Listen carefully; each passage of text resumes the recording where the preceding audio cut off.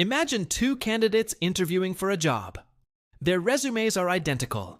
Their answers are equally intelligent, but one of them is more conventionally attractive than the other. Who gets the job? The hard truth is, in most cases, the more attractive one does. And not just that, they're also more likely to be perceived as more competent, more trustworthy, and a better leader by the interviewer. This isn't a conscious decision. It's a glitch in our mental software, a powerful cognitive bias called the halo effect, and it runs your life. This single bias dictates who we hire, who we vote for, and how we see the world. It's a silent, invisible force that creates an unearned advantage for some and an unfair disadvantage for others. Today, we are deconstructing the code behind this glitch. We'll explore how it influences your career and the products you buy. But stick around for the most disturbing part: how the halo effect's evil twin, the horns effect, can determine someone's fate in a courtroom. The halo effect was first identified nearly a century ago by psychologist Edward Thorndike. He noticed that military officers' ratings of their soldiers in one quality, like physical fitness, would bleed over into their ratings of completely unrelated qualities, like leadership and character. If a soldier was physically impressive, he was automatically assumed to be a better leader. This is the core of the glitch.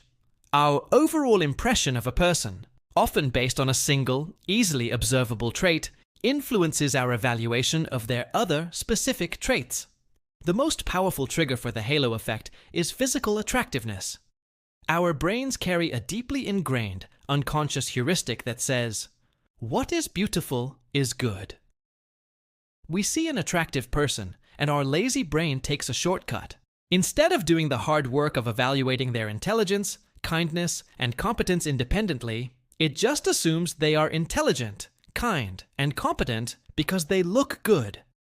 It creates a positive halo that surrounds the person, making everything about them seem brighter. This isn't a conscious thought process.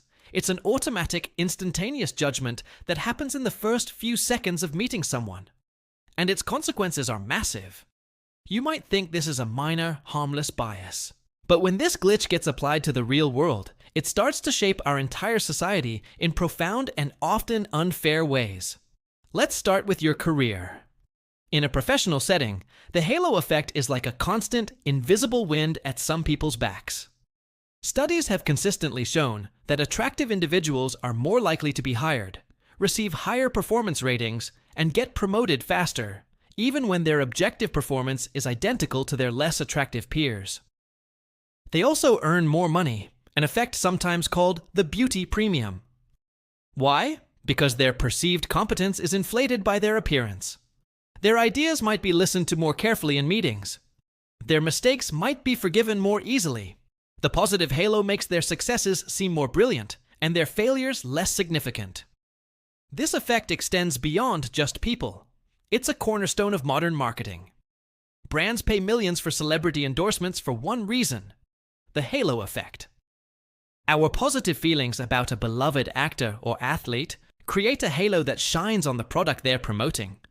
We transfer the trust, admiration, and appeal of the person onto the car, the watch, or the soda. We don't consciously think, George Clooney is a great actor, therefore this coffee must be high quality. But subconsciously, the positive association does the work, making the product seem more desirable. Like any good piece of code, this glitch has an opposite function. It's called the horns effect. It works in exactly the reverse way. When we perceive one negative trait in a person, we unconsciously assume their other traits are also negative. That single negative quality creates horns on them, tainting our entire perception. If someone is unconventionally dressed, has a visible tattoo that you dislike, or even just stumbles over their words in the first few seconds of meeting you, the horns effect can kick in.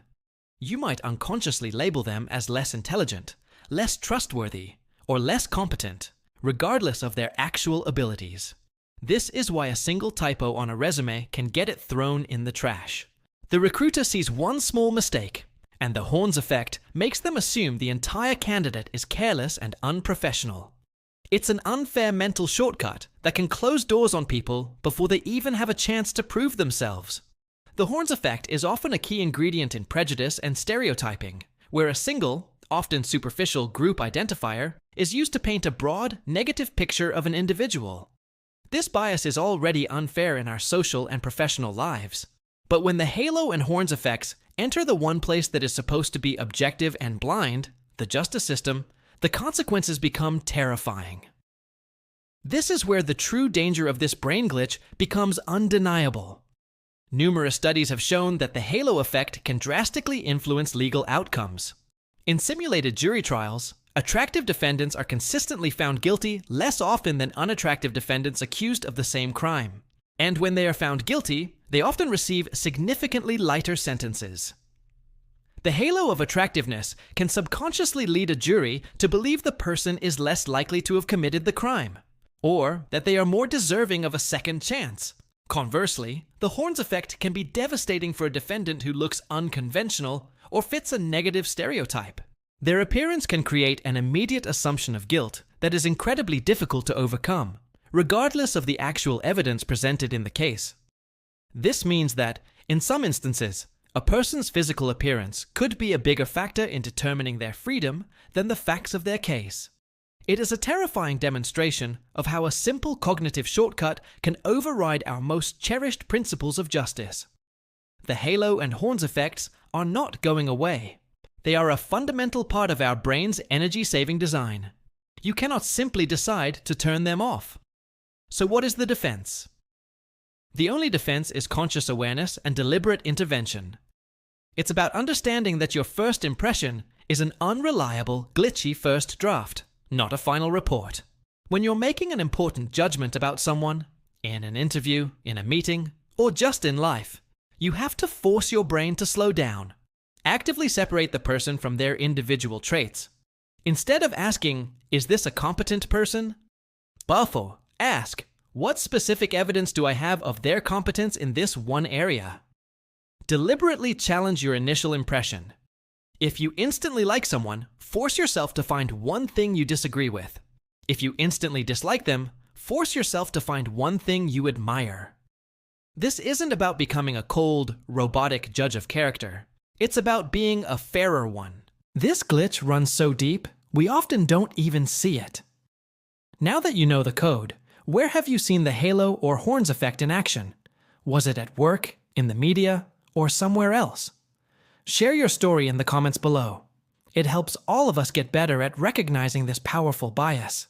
If this video gave you a critical tool to understand your own mind, hit the like button to help others deconstruct their own snap judgments.